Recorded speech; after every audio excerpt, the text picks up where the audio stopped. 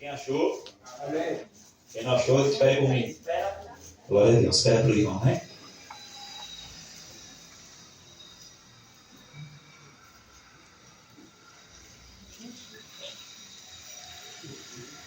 Amém, irmão? Amém.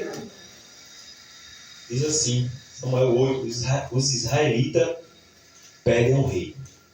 Tendo Samuel envelhecido, constituiu seus filhos por juízes sobre Israel. O primogênito chamava-se Joel, e o segundo Abias, e foram juízes em Beceba. Porém, seus filhos não andaram pelos caminhos dele, antes se inclinaram à avareza, e aceitaram subornos, e perverteram o direito.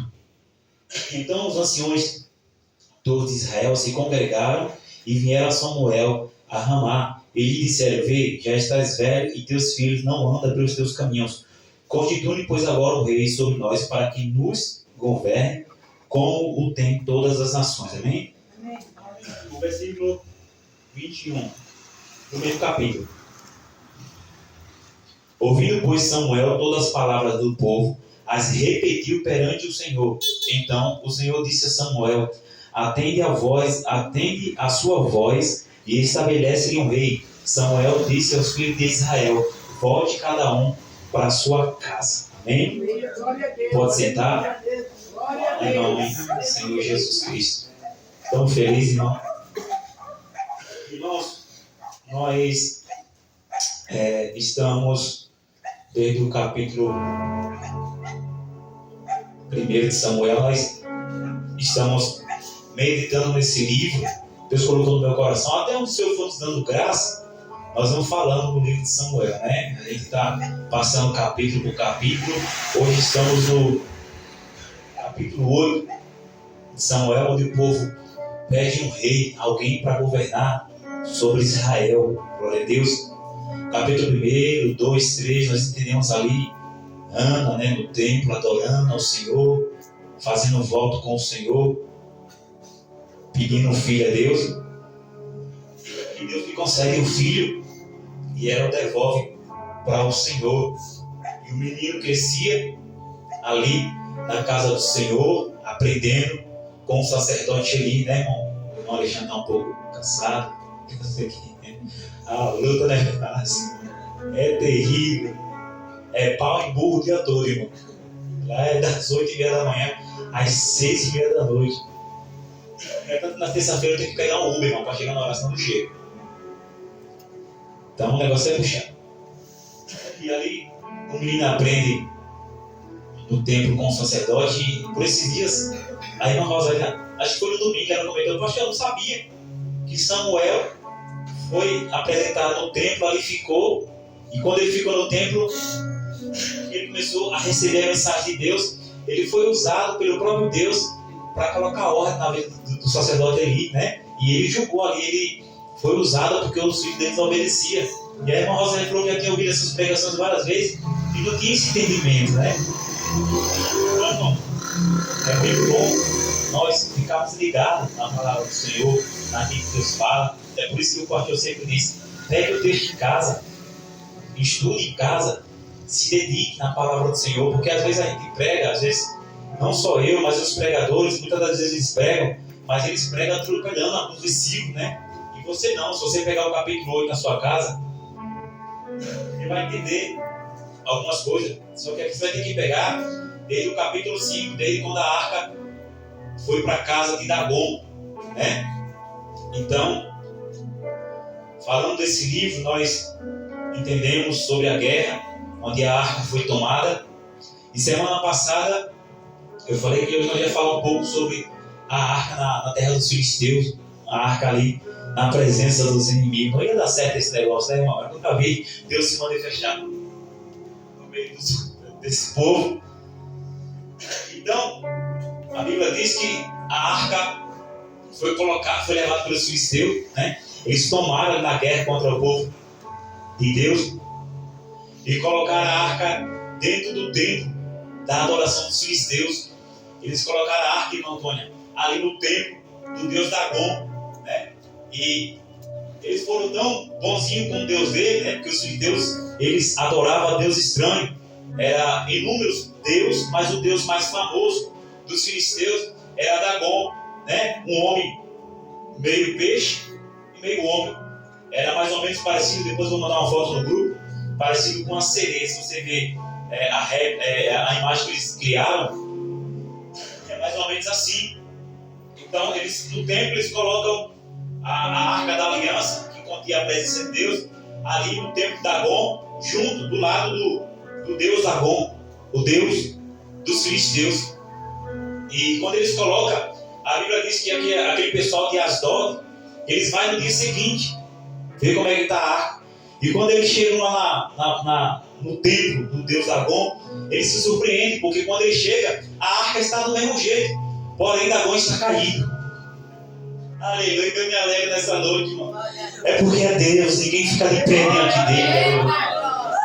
Aí eles carinhosamente, irmãos, eles pegam o deus Dagon deles e levanta de volta e põe no seu lugar. Tipo dizendo, fica aí, Deus, tudo pode cair. Estou falando do Deus estranho.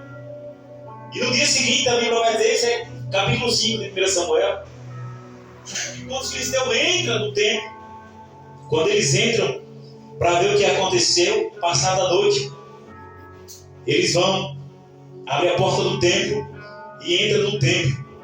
Quando eles entram no templo, o texto vai dizer que Dagon agora ele não está mais caído, ele não está mais no chão, mas a Bíblia diz que Deus, ele, quando entra onde está a arca e está o deus Dagon, a Bíblia, o texto vai dizer que Dagon está jogado no chão, com os seus punhos cortados e dividido ao meio. Ninguém sustenta. Aleluia. A presença desse Deus, aleluia. Deus é tão poderoso, aleluia. A Bíblia diz que não há outro Deus além do nosso Deus, irmão. E aí os filisteus, eles tentam um jeito de tirar aquela arca dali. Aquilo que por um momento eles tomaram, aleluia, glória a Deus. Deus está dizendo que a presença vai voltar, aleluia. Oh, Espírito Santo, Deus está dizendo que vai ter de novo, aleluia. Deus está dizendo que o tempo de tu cantar está chegando, aleluia. A presença vai voltar para casa, aleluia. E os filisteus ali dão um jeito de tirar aquela arca da casa do seu Deus. E a arca vai rolando por alguns povos. E aonde a arca ficava, irmão, ao invés das pessoas serem abençoadas, eles não eram abençoados porque eles não tinham compromisso com Deus. Então, aquele povo começou a descer praga, o povo começou a ter diarreia, caganeira, muitas pragas. Então eles empurravam a arca para outro povo. Até então, quando você estudar o capítulo 5, o 6 e o 7, você vai entender que nesse período que os filisteus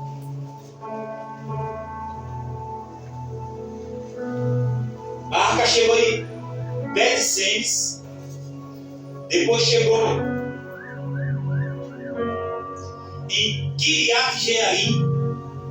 Nesse período, a Bíblia diz que já fazia 20 anos que a arca estava longe do povo hebreu. Aleluia. Então o povo de Deus, eles estavam com saudade da presença. Eles estavam perdendo o costume de adorar. O povo de Deus, eles estavam perdendo o costume de ver ali a arca, o símbolo da presença do Senhor. Aí algum dos anciões chama Samuel para uma conversa. Por quê? Porque Samuel ele já era velho. E sendo velho, ele escolheu seus filhos para reinar em Israel, para julgar o povo de Israel. Só que os filhos de Samuel, do profeta Samuel, eles começam a fazer aquilo que também desagrada ao Senhor. Eles andavam pelos seus caminhos. A Bíblia diz, o texto diz que nós lemos, versículo 13, Porém, seus filhos não andaram pelos caminhos dele, pelo caminho do profeta. Antes, eles se inclinaram à avareza e aceitaram o suborno e perverteram o seu direito. Então, nós sabemos, irmãos, e entendemos que quando a pessoa é um juiz, ele tem que julgar retamente a causa do povo. Foi isso que os filhos do profeta Samuel começou a fazer. Eles ali assumiram o lugar de Samuel para julgar o povo de Israel. Só que eles recebiam suborno. E ao receber suborno, eles julgavam injustamente. Então, é aí que os anciões vai a Samuel. O texto diz que o profeta Samuel já era velho. Ele já não era mais um garoto, como no capítulo 3. Seus filhos estão governando, julgando Israel, e o profeta agora está recolhido lá em Ramá. Então, os anciões da cidade se reúnem e vão lá na casa do profeta e mostram o erro dos seus filhos. E agora, esse povo, junto com os anciões, agora eles querem um rei. Eles querem um rei para julgar sobre eles. E o que mais, irmãos, entristece o meu coração é que esse povo, eles querem um rei para dominar sobre eles, para mandar neles. Por que esse povo quer um rei? Irmãos, esse povo, eles querem um rei porque eles olham para nações inimigas. Eles olharam para os povos vizinhos e disseram: nós também queremos um rei como as outras nações. Só que nós sabemos que nenhuma nação é como a nação de Deus. Eles queriam alguém para estar colocando jugo sobre eles, alguém para estar guerreando as vossas lutas. Então, nós acabamos de ler no versículo 21: ouvindo, pois, Samuel todas as palavras do povo, foi lá perante o Senhor, e em oração ele repete todas as palavras do povo para Deus. Então o Senhor disse a Samuel: atende a voz e estabelece para eles um rei. E Deus questiona Samuel no texto e diz: fique tranquilo, Samuel. Desde o Egito, o texto está dizendo, capítulo 8, esse povo tem me rejeitado. Eles não estão rejeitando você, Samuel, que é o profeta. Eles estão rejeitando a mim, querendo um rei. E na semana que vem, nós vamos ver um pouco mais sobre esse rei. O povo estava trocando o Deus da Arca da Aliança pelo rei físico. E a minha pergunta nessa noite, irmão, eu sempre tenho uma pergunta: como é que está o rei que está aí dentro? Ou qual é o rei que está aí dentro? Qual é o rei que você tem servido? Será que nós estamos como esse povo que também quer um rei? Porque nem tudo que tem coroa é rei. Abacaxi tem coroa, mas não é rei. Porque quem serve ao rei, irmão, de verdade, não vai na casa de Dagom. Quem serve ao rei de verdade não toma exemplo como as outras nações, como aquele povo tomou. Quem tem um rei de verdade, como diz a palavra, o povo tem me rejeitado. Aí quando nós rejeitamos o Senhor, quando nós rejeitamos a sua palavra, Deus pode até, irmãos, nos dar um rei. Porque nós somos assim. Quando perdemos a presença, quando perdemos a arca, ficamos sem direção, nós começamos a adorar tudo quanto é Deus estranho. Preste atenção o quanto ou quantas coisas você tem colocado acima de Deus. E é verdade. Eu já vi crente trocar Jesus por uma bala. Eu já vi gente trocar Jesus ter um FT, é uma folga trabalhada. Eu já vi gente trocar Jesus por tudo, irmão. Nós também estamos seguindo como aquele povo dessa história que eu estou te contando, do Velho Testamento. Eles não queriam apenas um Deus que ficasse em uma arca. Eles pegou o exemplo dos povos vizinhos. Eles queriam alguém para a espada. Eles queriam alguém para guerrear, para lutar pela bandeira de Israel. Só que mesmo Saul, não sendo rei, escolhido por Deus, Deus permitiu. O que Deus está dizendo, mesmo tu querendo, não sendo a minha vontade, eu vou te dar. Não é a vontade de Deus que seja levantado Saul para governar Israel. Deus está dizendo, a minha presença está lá, na terra do inimigo. E vocês aqui estão desejando algo físico. A minha presença, vocês perderam. Junto com os filhos do sacerdote ali, confia em Finéias. Não tinha ninguém que se levantasse para arrancar a arca da mão dos filisteus. Mas como nós aqui, falando para nós aqui, nessa noite dessa igreja, como nós somos brasileiros, brasileiro dá um jeitinho, não tem arca, não tem presença, pega alguém aí e coloca para reinar sobre nós. Levanta um homem macho aí, porque Saul tinha filho, era casado, era alto entre todos. Pega alguém que tem aparência, pega alguém, põe uma coroa nele e põe sobre nós como rei.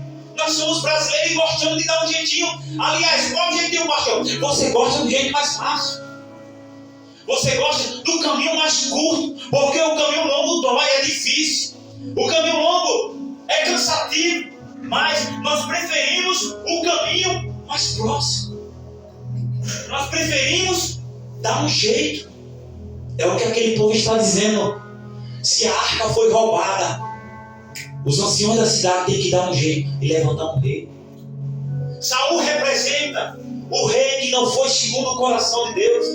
Saul representa o homem que foi pedido por Deus. E eu entendo na Bíblia de Gênesis e Apocalipse que a voz dos homens não são a voz de Deus. Mas nesse texto que nós lemos aqui, é Samuel repetir as palavras para Deus. E Deus dizendo, profeta, faz a vontade do povo. É o primeiro texto que eu encontro. Deus mandando o profeta fazer a vontade do povo. Na nossa terra, nos nossos dias, tudo aquilo que o povo coloca a mão estraga. Foi o povo que matou Jesus. Foi o povo que matou Estevão. Era o povo que comia da mão de Deus, do maná que descia no céu e murmurava. Onde o povo colocava a mão, tudo se estragava. Mas nesse texto aqui, eu vejo Deus dizendo para o profeta, dá o que o povo quer. Sabe por quê? Porque a vontade de Deus era que se levantasse homens preparados para guerrear contra os inimigos, trazer a presença do Eterno para o seu meio de novo, para onde ela não deveria ter saído. Mas como nós somos brasileiros e damos um jeitinho em tudo, vamos colocar alguém para reinar sobre nós.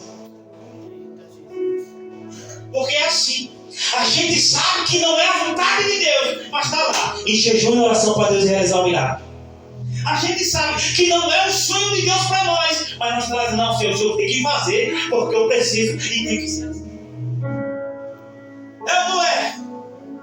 Nós queremos trazer a facilidade. Conquistar a presença vai ter luta. Conquistar a presença tem que invadir o arraial dos inimigos. Então isso é físico, é corpo a corpo, tem que ter batalha. Mas como nós somos brasileiros, nós não gostamos disso. Nós gostamos do caminho mais curto. Então levanta alguém aí, ô ancião, vai lá falar com o Samuel. O filho dele se corrompeu, está recebendo suborno para ajudar Israel. Levanta o rei para nós, porque é mais fácil.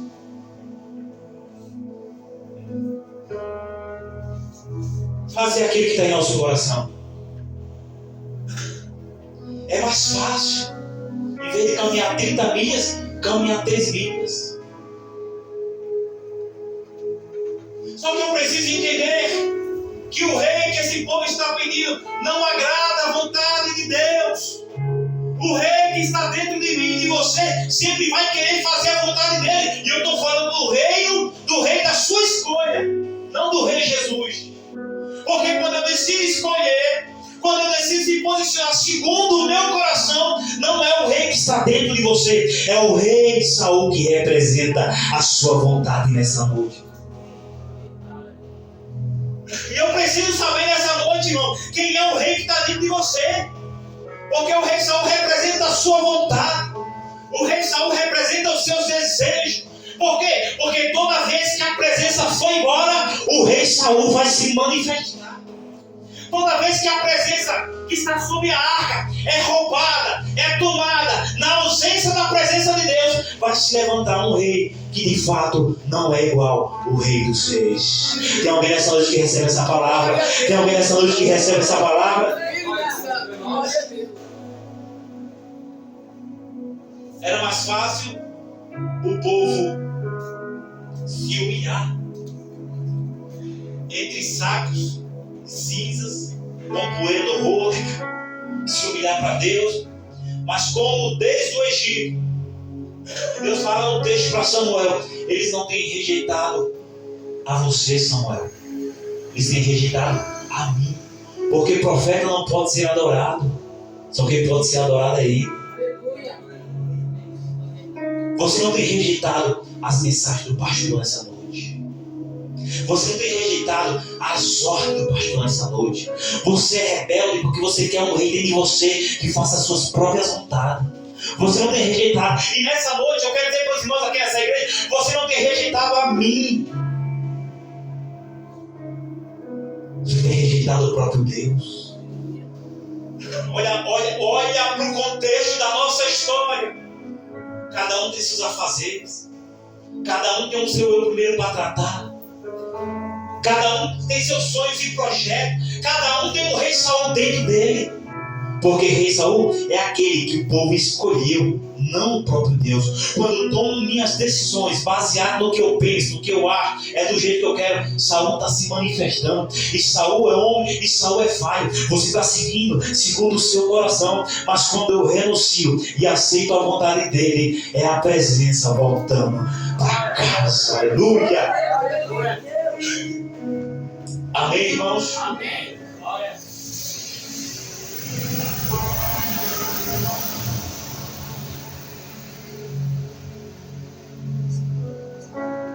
Irmãos, eu quero fazer uma pergunta para os irmãos que já estão até guardando a Bíblia.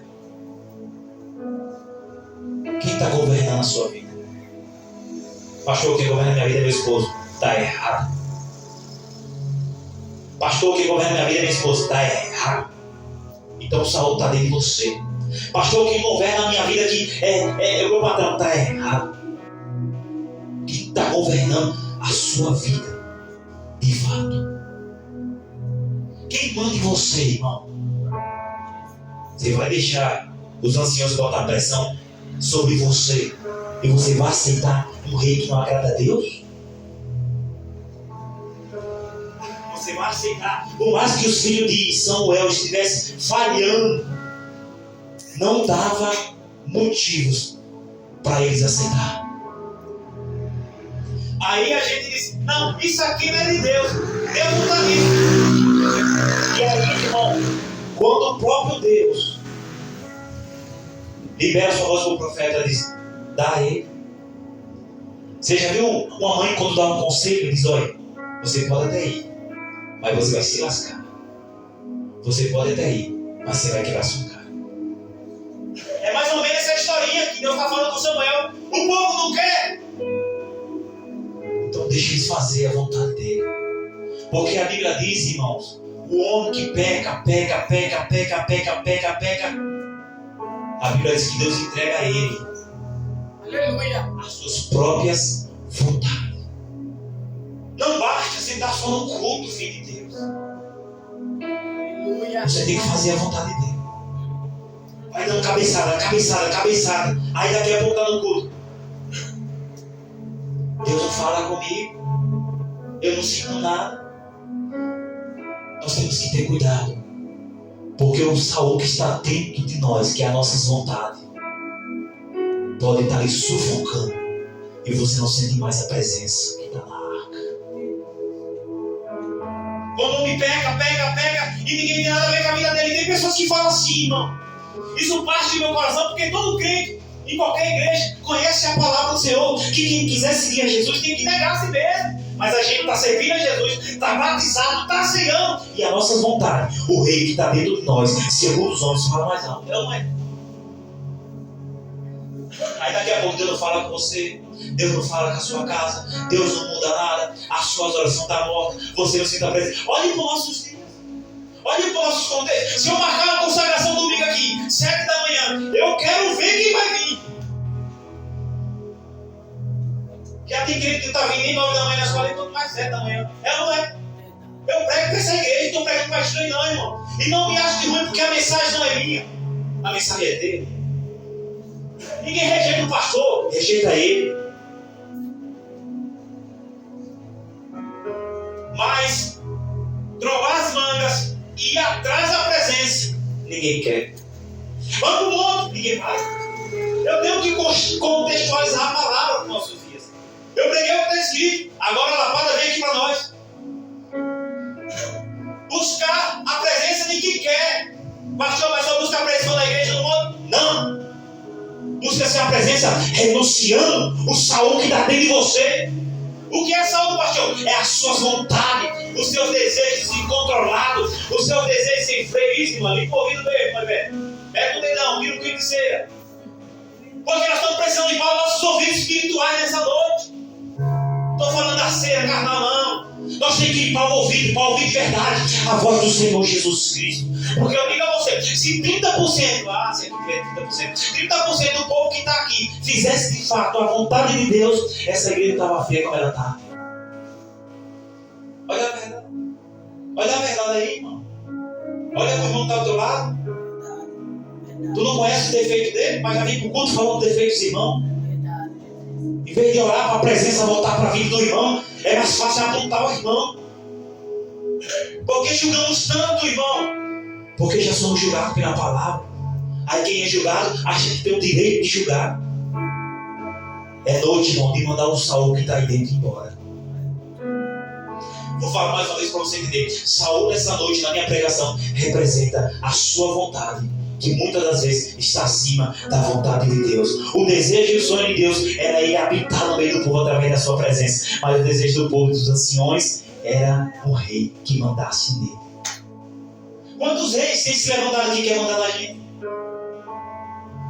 Fala a verdade, se nós baixar a cabeça, até abacaxi que tem uma coroa já está chegando na era do morrer.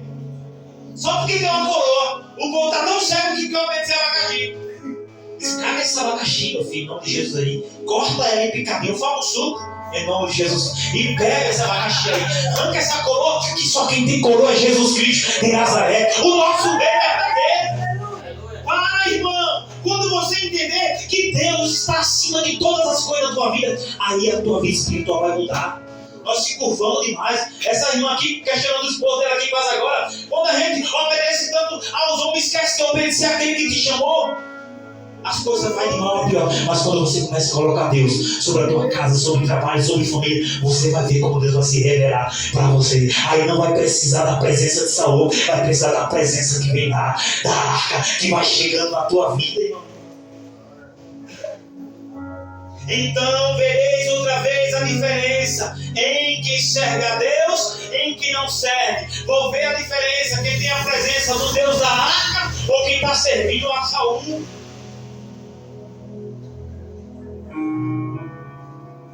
O problema é esse, irmão. Não queremos pagar o preço, porque ter a presença da arca tem que ter renúncia, tem que lavar a boca, tem que lavar o coração, tem que lavar os pés, como Jesus falou. Jesus querendo lavar Pedro. Deixa eu lavar teus pés, Pedro. Pedro, não, Senhor. Você não vai lavar os pés, não. Se eu não te lavar, Pedro, tu não tem parte comigo. Se Jesus não te lavar, Jesus, você não tem parte com Jesus. Ah, então lava meu corpo todo. Amém? Vamos ficar de pé.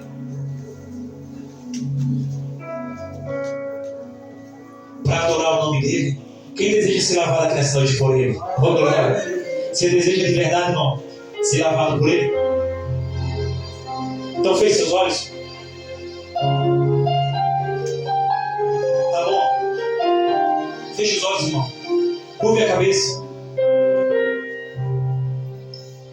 aqui neste momento de oração. Isso é para você orar agora. Em espírito e em verdade te buscamos, ó Senhor. Vai, liga lá, Senhor. Pois sinto em meu rosto Isso, lá. minhas lágrimas rolar. Acaba com o salmo que está aí dentro. E na minha busca peço teu perdão. Isso, irmão. Me faz, Senhor, entrar no santíssimo lugar e renova-me na santa comunhão.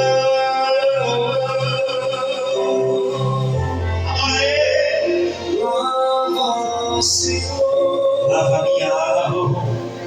lava minha alma. Limpa, Senhor. Limpa, Senhor, o meu coração. Enche, Senhor, enche o meu ser, inunda o meu viver.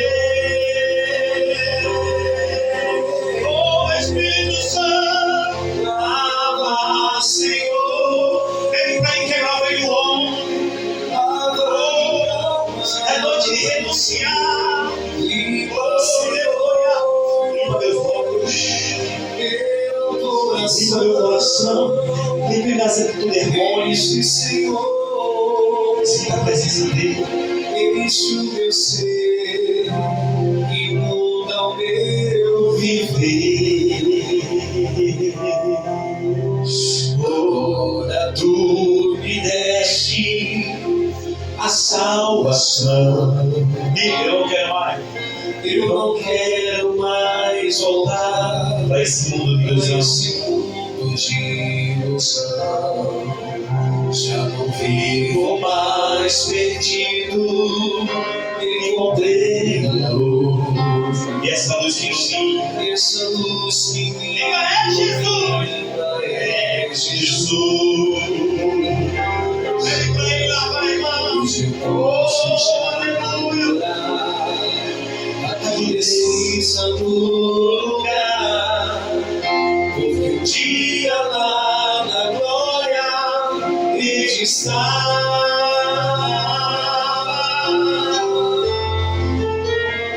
Lava, Senhor, lava minha alma. Limpa, Senhor, meu coração. Em nome de Jesus Cristo. Enche, Senhor, Espírito Santo. Espírito transforma. Espírito que liberta. Oh, aleluia. Começa a operar nessa noite, ó Deus. Espírito Santo, vai lavando nossos corações, vai lavando nossa alma, ó Deus. Oh, Espírito Santo, muda ele, Senhor. Oh, Espírito Santo, meu coração. Enche, Senhor, enche o meu ser, inunda o meu viver. põe a mão sobre o seu coração agora, irmão.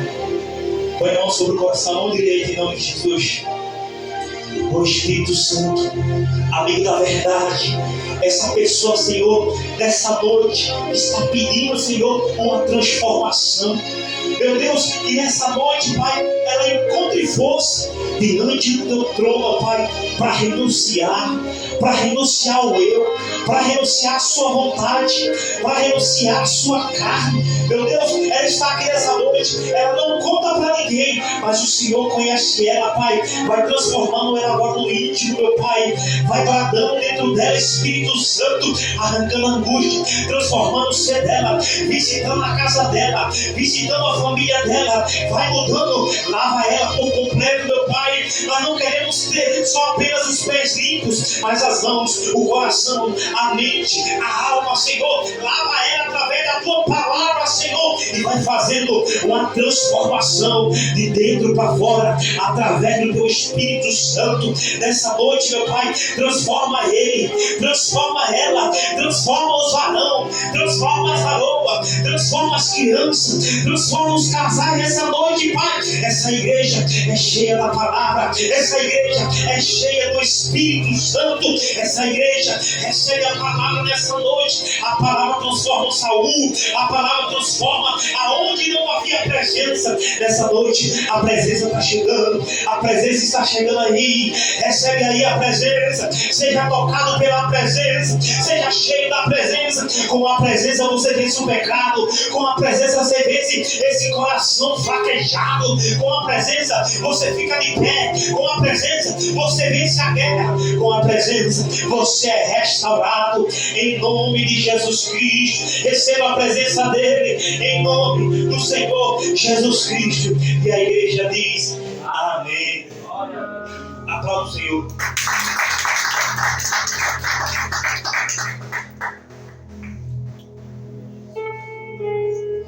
Quem deseja, irmão, essa noite aqui, escuta o que eu vou dizer. Quem deseja nessa noite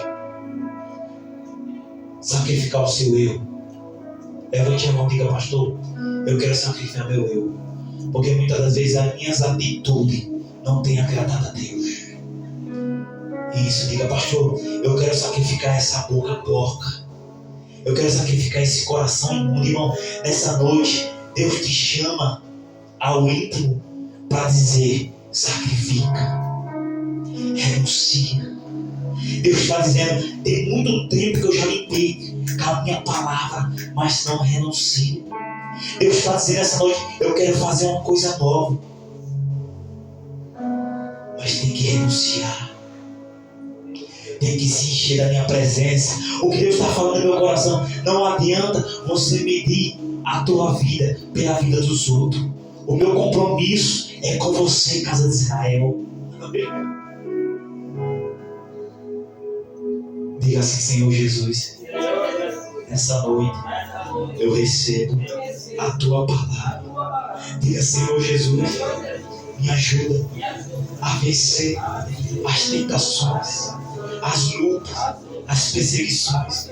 Diga: Senhor Jesus, me ajuda a sacrificar o velho homem que está dentro de mim, a velha mulher que está dentro de mim, as velhas atitudes, as coisas do passado. Isso, irmão, essa oração é sincera, é você e Deus dizer: Senhor, me ajuda a vencer aquilo que o pastor não sabe. Diga: Senhor, me ajuda a vencer aquilo que a minha esposa não sabe. Diga: Senhor, me ajuda a vencer aquilo que minha esposa não sabe, o que eu não contei para ele. Diga: Senhor, me ajuda a vencer as enfermidades, porque os meus inimigos têm zombado de mim. Aleluia.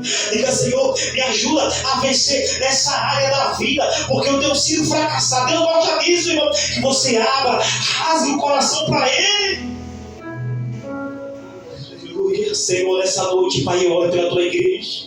Se tem alguém aqui nessa noite em alguma área fracassado, caído, levanta ele, levanta ela, pelo nome de Jesus Cristo. E a igreja diz amém.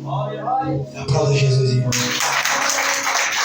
porque ele merece. Amém. Estenda sua mão para cá. Olha para cá, irmãos, antes de eu finalizar. A Bíblia fala bem assim, vou dar um conselho para os irmãos. A Bíblia diz bem assim, antes de eu dar a bênção apostólica: não te deixes. Deixa eu baixar mais aqui. A Bíblia diz assim, não, Deus está mandando falar essa palavra aqui: não te deixes vencer pelo mal. Vence o mal com o bem. Deus está dizendo: filho, não é com o fogo que se apaga o fogo, não. Aleluia. Deus está dizendo também: não é na força do braço, não é pela tua vontade, aleluia, que as coisas acontecem. Você esqueceu que a Bíblia também diz, irmãos, que essa terra é como um punhadinho de água na mão dele. A terra ele pega, tudo está na vontade dele, irmão. Nessa noite que eu e você deixe morrer o rei que está dentro da gente, o rei Saul. Não estou falando da presença de Jesus, não. Não confunda as coisas. Mas deixa surgir de você a presença gloriosa. Peça, irmão, toda manhã quando você se levantar, escuta esse conselho do seu pastor. Senhor, lava meus olhos, lava minha boca, lava meu corpo, lava minhas intenções, meus pensamentos. Toda vez que vier um pensamento ruim de sujeira na sua mente, diga, está repreendido em nome de Jesus. Eu sempre faço assim, irmão. O apóstolo Paulo, ele dizia, o bem que eu quero fazer, esse não faço, mas o mal está sempre dentro de mim. Quando meus olhos contemplam o mal, eu digo, está repreendido. Logo meus olhos contemplam, minha mente pensa, eu digo, está repreendido, Satanás. Você foi lavado pela palavra. É por isso, irmão, essa fúria do maligno contra a tua vida e teu casamento. E outra coisa, ninguém aqui vai ser destruído, não, em nome de Jesus. Nem o seu casamento, nem o seu casamento, nem o casamento do irmão João Vitor, nem o casamento da irmã Rosália com o irmão Milton, nem o seu, nenhum casamento que vai ser destruído, irmão. Deus está dizendo que é para vocês pegar nas mãos e orar. Ninguém aqui vai se desviar. O irmão Lucas vai se levantar em nome de Jesus. Ninguém aqui vai ficar para trás. Nem que seja preciso nós ir no arraial do inimigo e tomar o nosso irmão de volta. Você está entendendo, irmão? Ninguém vai ficar para trás. Casais, escuta esse conselho. Casal que ora junto, cresce junto. Tira, irmão, nessa noite as mazelas. Tanta coisinha assim, eu peço para tira essas mazelas, irmão. Em vez de tu, que tem a presença abençoar, tu está destruindo. Você está entendendo, irmão? Não vai que nem a irmã aqui, não. Ela foi muito radical. Não pode ser tão radical, irmão. Se não se converter, eu deixo. Não, irmão. Fica com essa pedra que eu pensei mesmo. Fica com ela. Segura ela. Vai batendo a pedra até ela fica lapidada. Ela não é. Sabe por quê? A Bíblia manda a mulher que é crente não deixar o homem que é ímpio. E por ela, ele é santificado. Então por que não vai deixar um que está fraco no nosso meio para trás? Não. Ninguém vai separar de ninguém. Ninguém vai deixar ninguém para trás. Amém, irmãos? Amém. Agora sim, tem que andar junto. Junto. Andar junto não é ir para a igreja junto, não. É pensamento junto, ideia junto, planejar junto, orar junto, perguntar junto a Deus se é a vontade do Senhor. E agora veio chave de ouro. Mulheres submissas a seus maridos. Desde quando o seu marido seja submisso ao Senhor? Nada de mulher ser submissa a homem, se o homem é o Satanás. Se ele é um homem submisso a Deus, se submeta ao seu esposo para Deus abençoar o casamento. O que é se submeter? É estar sob a missão do seu marido. É estar assim, vem cá, e a mulher vai bonita. É assim, irmão, olha. Às vezes é um indo pro lado, outro pro outro, aí você vai lá, agarra ele, agarra ela. Não, meu amor, nós vamos passar isso junto, vai dar certo. Eu quebrei a cabeça muito, eu estava muito inocente nessa. Mas Deus está dizendo que está abrindo visão de homem e mulher nessa noite aqui. Deus está abrindo a visão, irmão. Para você pensar diferente, porque Deus já lavou a tua mente. Nessa noite eu creio, irmão. Eu creio. Não, irmão, pega na mão dela, pega na mão dele. Tamo junto, filho. Vamos passar isso. Nas horas mais difíceis da minha vida, foi a minha esposa que me ajudou.